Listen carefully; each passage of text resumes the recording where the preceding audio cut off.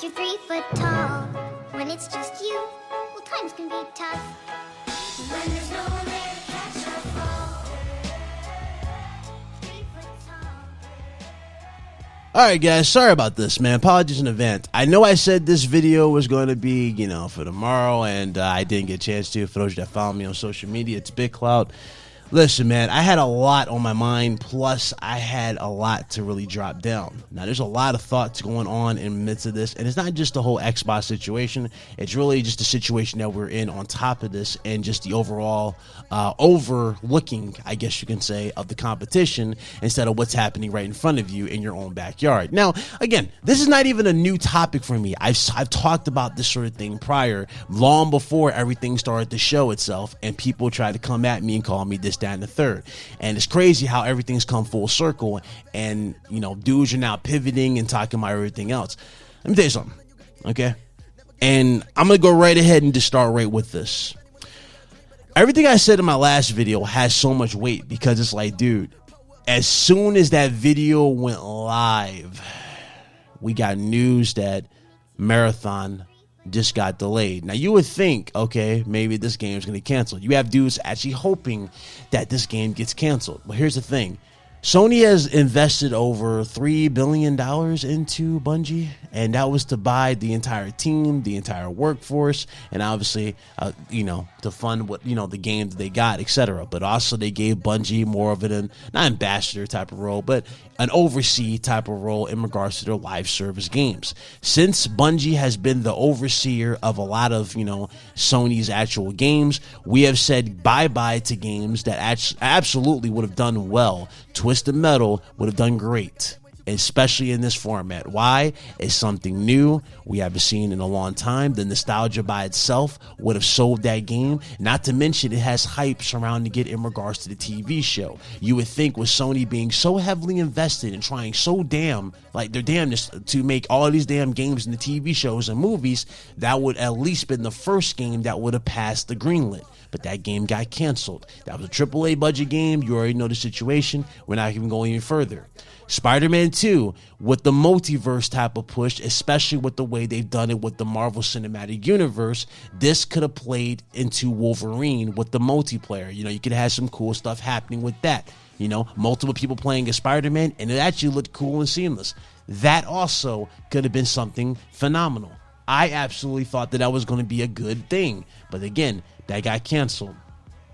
Factions 2. This game is the one thing that pisses me off, ironically, more than a lot of other things. I loved Factions 1. It had a good following. It was a good multiplayer. Funny thing is, what made Factions so good in terms of how it was, it was simple because it was simple. The simplicity alone is what made Factions so good. It wasn't over the top, wasn't all that. Now, they added prone mechanics and dodging mechanics like they do in Last of Us Part 2. Oh, yeah, it could have been something even more special, especially with the remake or re-release or whatever of Last of Us Part 1. Unfortunately, we didn't get that, and many people came at me when I simply asked, why are we paying more and we couldn't even get dodge and prone mechanics in Last of Us Part 1? We couldn't get anything like that. Anyway, this is the current age of, not necessarily copium, but this is the current stage of not even transparency. What's the word I'm looking for? Complacency. This is the word that pisses me off because I've said it so much this generation, and I never thought I would say it on the PlayStation side. Granted, I said it before years back on the Xbox side when I was asking Xbox dudes to speak up on business and ask for stuff, better games. I've debated a lot of people over the years in the Xbox camp about this. I've been very vocal about that in the past. And I always wanted best for Xbox. I wanted competition. And what's crazy? We fast forward now, especially after the Game Pass slander and everything that's happened, and you just look at this current state of the world. Game Pass has not only had one of the biggest 180s I've seen in a long time, Game Pass has literally looked like the only way to properly play games as it currently stands right now, especially with the way things are gotten. We have games still launching to this day that are incomplete, games that are buggy and laggy, games that do not even so much as scream the price tag that they're printed on. There's a lot of games that came out this generation like that. And now we're about to pay an additional $10 more for those said games. This is the first generation where we've had more price hikes than new experiences.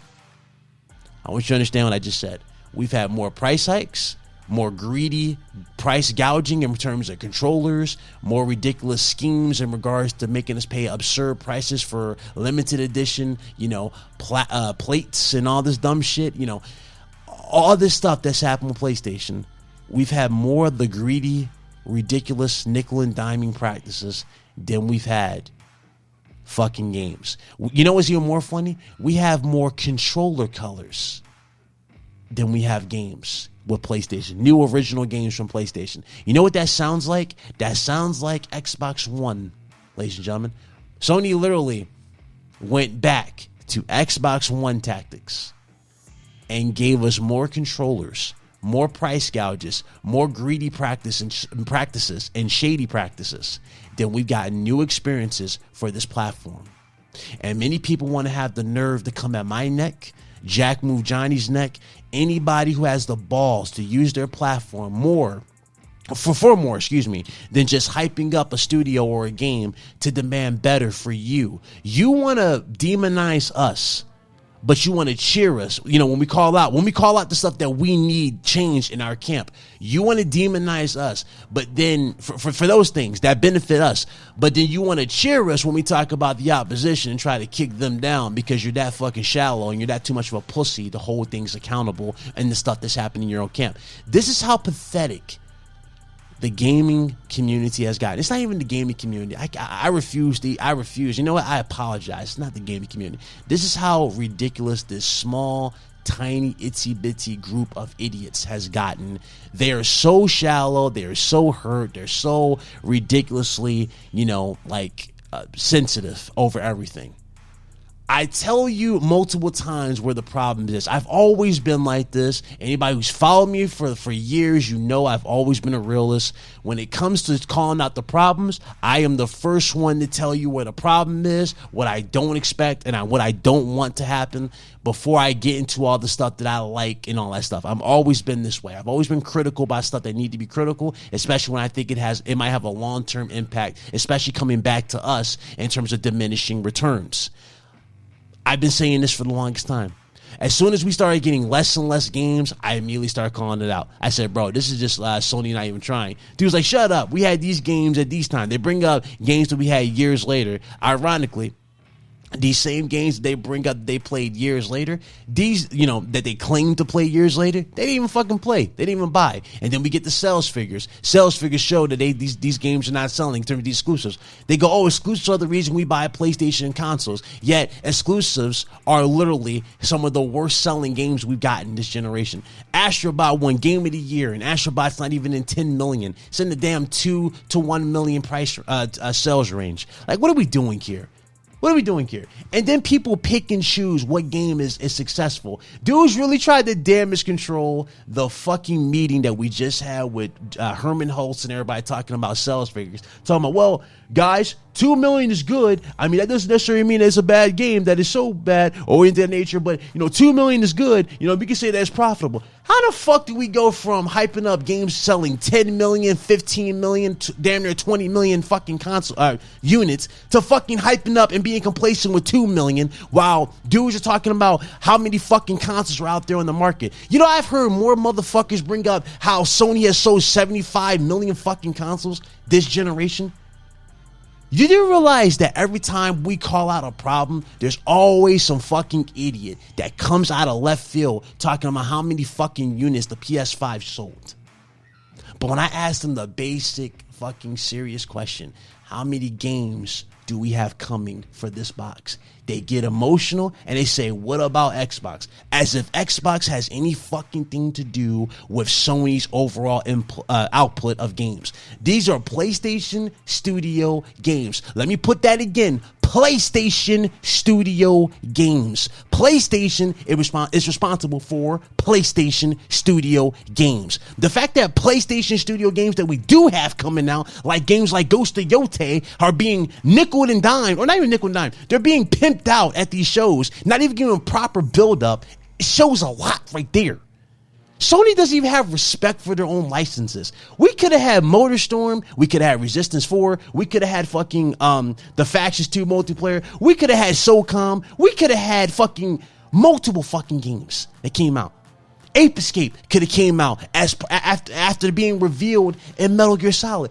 This is how you know gamers are not running PlayStation. It's more suits that are running PlayStation that I told you it was going to be. They're talking about profit margins, monthly active users. They're not talking about how many games they can push out for you. They gave us this bullshit fucking answer talking about we got one game, at least one game for a fucking year going forward. And you got dudes saying, well, they did say at least one. Motherfucker, you sound stupid. How the fuck we go from having 4 games a year to at least one? Do you hear your fucking selves? This is how stupid people have gotten and how complacent people have gotten. And people have the nerve to act stupid when I call out the stupidity that has infested this fucking platform. Dudes get emotional when the facts outweigh the fucking fiction that you live day in and day out on Twitter or YouTube or podcasts. Listen, talking shit about Xbox ain't gonna help PlayStation. You calling out the issues is going to help PlayStation. You using your platforms for other than fucking glazing and sucking off everything that PlayStation does is not helping PlayStation. You talking about buying all these fucking PlayStation Elite controllers.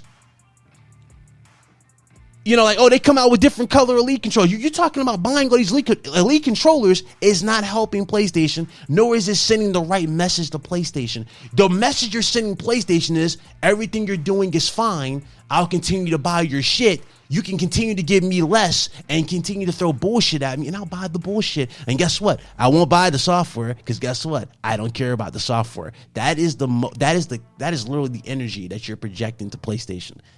That is why Sony has done so much ridiculous shit when it comes to accessories than they've done with games. Sony announced a fucking concert for fucking video games. A fucking concert. Who the fuck cares about a concert in 2025? You gotta do something. Oh, I've been there before. It was good. I don't give a fuck if you went there last year or the year before. Why the fuck is this on my timeline? Where the fuck's my gaming announcements? Can you make it make sense? Where's Cory Barlog's game? Where is it? Dude's talking about, hey, Media Molecule was talked about in the business meeting. So clearly Media Molecule got something working in the pipeline. Newsflash, you fucking simp. Where's Media Molecule's fucking announcement? Can you make it make sense? Sony missed a golden opportunity to buy Arrowhead. You know what they did? They let that fucking slip. They don't even own Arrowhead. They got to do a partnership with Arrowhead because they fucking dropped the bag so fucking bad with Helldivers with their bullshit practices that they now reversed. Sony really thinks, and Sony really got hit with the biggest reality check.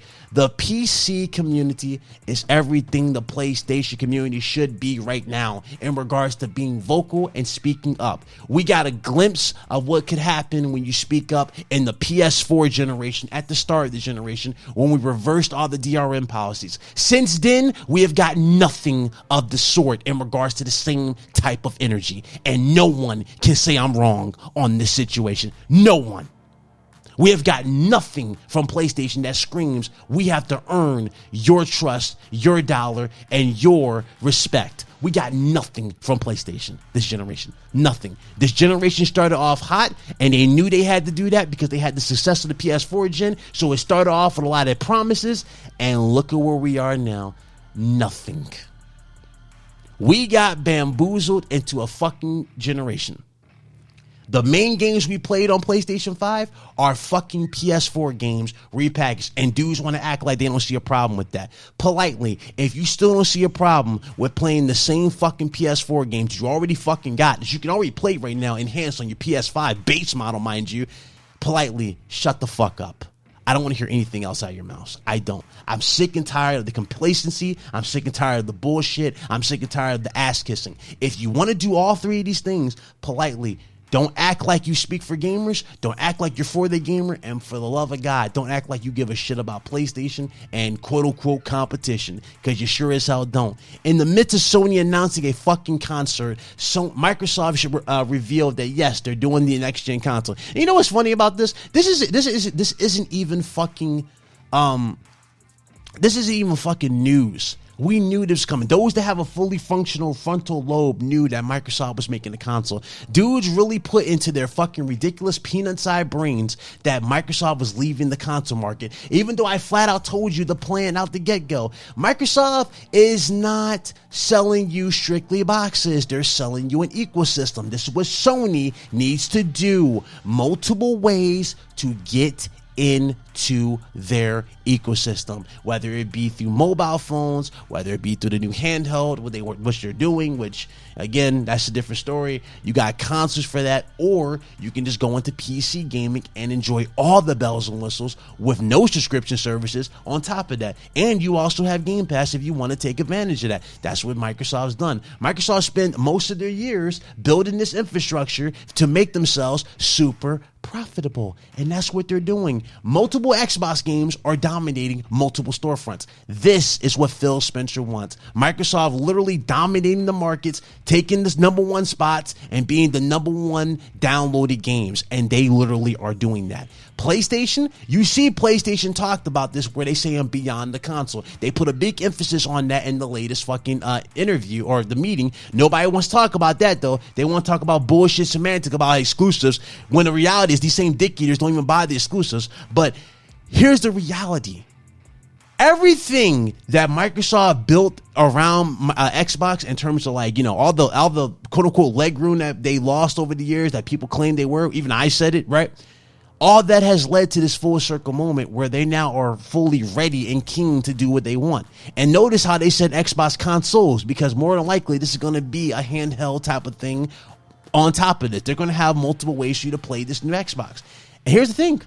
I'm for it. It's cool. It's going to have Steam. It's going to have Steam integration into this with a Windows operating system. It's going to be seamless. And the way I envision this hybrid console is very simple. You play your games on your console. If you're done, you know, you want to move on to PC gaming, or let's say you already have a PC that's very capable. Guess what? You simply hit login, and all your shit from the Xbox is on Steam. And guess what? And this would be the coolest thing ever. Again, this is more of a stretch, but it'd be badass if they could do this in general, where all your Steam or all your Xbox game, your Xbox Live points or whatnot, your Microsoft points or whatever, get transferred into Steam points, and your Steam goes up with this, and it's all uniform. Or you might have two separate bars. You'll have your Steam account with your Steam achievements, and you'll have your Xbox account with all your Xbox achievements, and it's all on one uniform player card, and everything's there. Everything's at your disposal. So you have multiple ways and multiple options.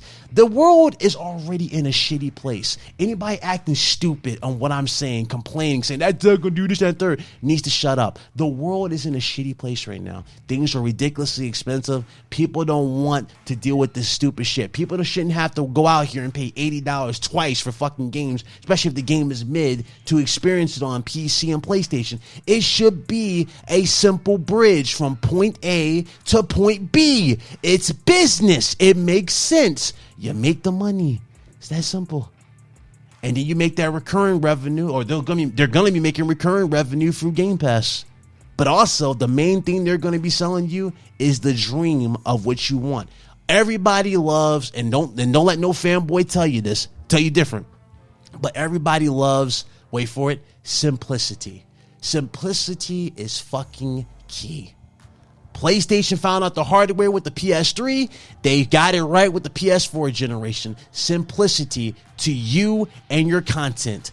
Microsoft has the golden opportunity to make that a dream.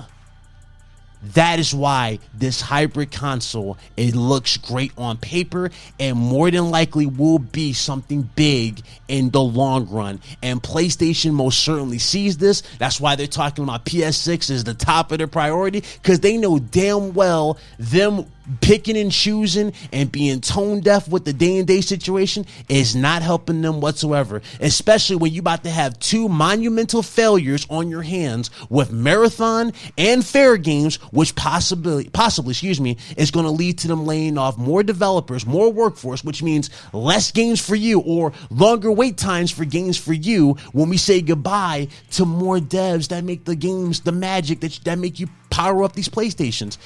There's going to be less of that. Something's got to give. Exclusivity. And this is coming from someone who stood on ground saying exclusives was the main thing for the identity. Look where it's gotten us. Exclusives haven't gotten shit.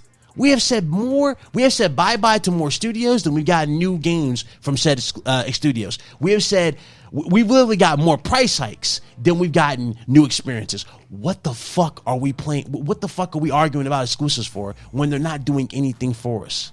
If anything, exclusives have hurt PlayStation more than anything. And people might be saying, "Oh, that's ridiculous." Really? Okay. As you answer, as you say that to your mind, riddle me this. What was the last PlayStation exclusive, legit PlayStation exclusive, that you absolutely legit bought? And be honest with me. What was the last one that you actually legit bought? Because I'm going to tell you right now, Death Stranding 2, if you say Death Stranding 2, that's not owned by PlayStation. That is Hideo Kojima's game. What you're seeing with Death Stranding is a marketing deal with Death Stranding because they helped them fund the game. They don't own Death Stranding and they don't own Hideo Kojima. That is his game. That's not exclusive. That's not a PlayStation first party game. Scratch that from your fucking minds right now. It's not owned by PlayStation. So if you think that that's it, it's not. It's not. Spider-Man 2, great game. I loved it. But Spider-Man 2 is not enough for PlayStation. You need multiple games to do the same type of volume of sales like Spider-Man 2. And let's face it, Spider-Man 2 is always going to, Spider-Man in general is going to sell regardless by the name. Can we say that? Can we literally say that about every other game? Can we? While you guys hype up 75 million consoles sold, and we got games like Returnal doing 700,000 on PlayStation, what do you think Star Wars is going to do when it hits $80? In fact, even though Wolverine has a good chance of doing ridiculously well at $80, regardless with just the name recognition, I am fearful after the leaks. I am fearful to see what exactly Insomniac Games has done with that game. A, did they redo everything and fix everything? Or B, did they just complete what was already, leaked, especially the stuff that was in rough, show, and they just put it out there? These are important questions, because if they did the latter, that game's going to get spoiled into oblivion, and everybody's going to start showing context to scenes, and they're immediately going to show off the characters. And I promise you, it will happen. They did it with Last of Us 2. Wolverine, as much as I'm excited for that game will be no exception. It's going to be the exact same thing. And these right here are issues that Sony needs to address. But that right there is all I got to say on this situation. I'm more disappointed in the lack of balls within a lot of people who claim this, they speak for us. I'm more embarrassed by the lack of just real fucking drive, to be honest, really. I'm more embarrassed by the fake positivity dudes. Dudes claim they hate fake positivity. They claim it's hurtful. They bring up Xbox, then they do it for PlayStation. I am sick of the two-faced fucking mentality. You're either going to be one way or you just shut the fuck up. And what I mean by one way, you're either going to be honest and tell it like it is, or guess what? You're going to be the other way. And you know what the other way is? The other way is the problem. You demonizing the gamer that wants better for the box they have every right to demand better for, especially after spending X amount of money into these boxes. You demonizing the gamer is not helping your case, and it's not making you look any better. You look actively worse than any of the other ones. And that right there is the God honest truth, and I'm going to leave it at that. And I haven't said this in a long time because I haven't had no need to say this. But I'm going to say it just for this moment. Pipe bomb dropped.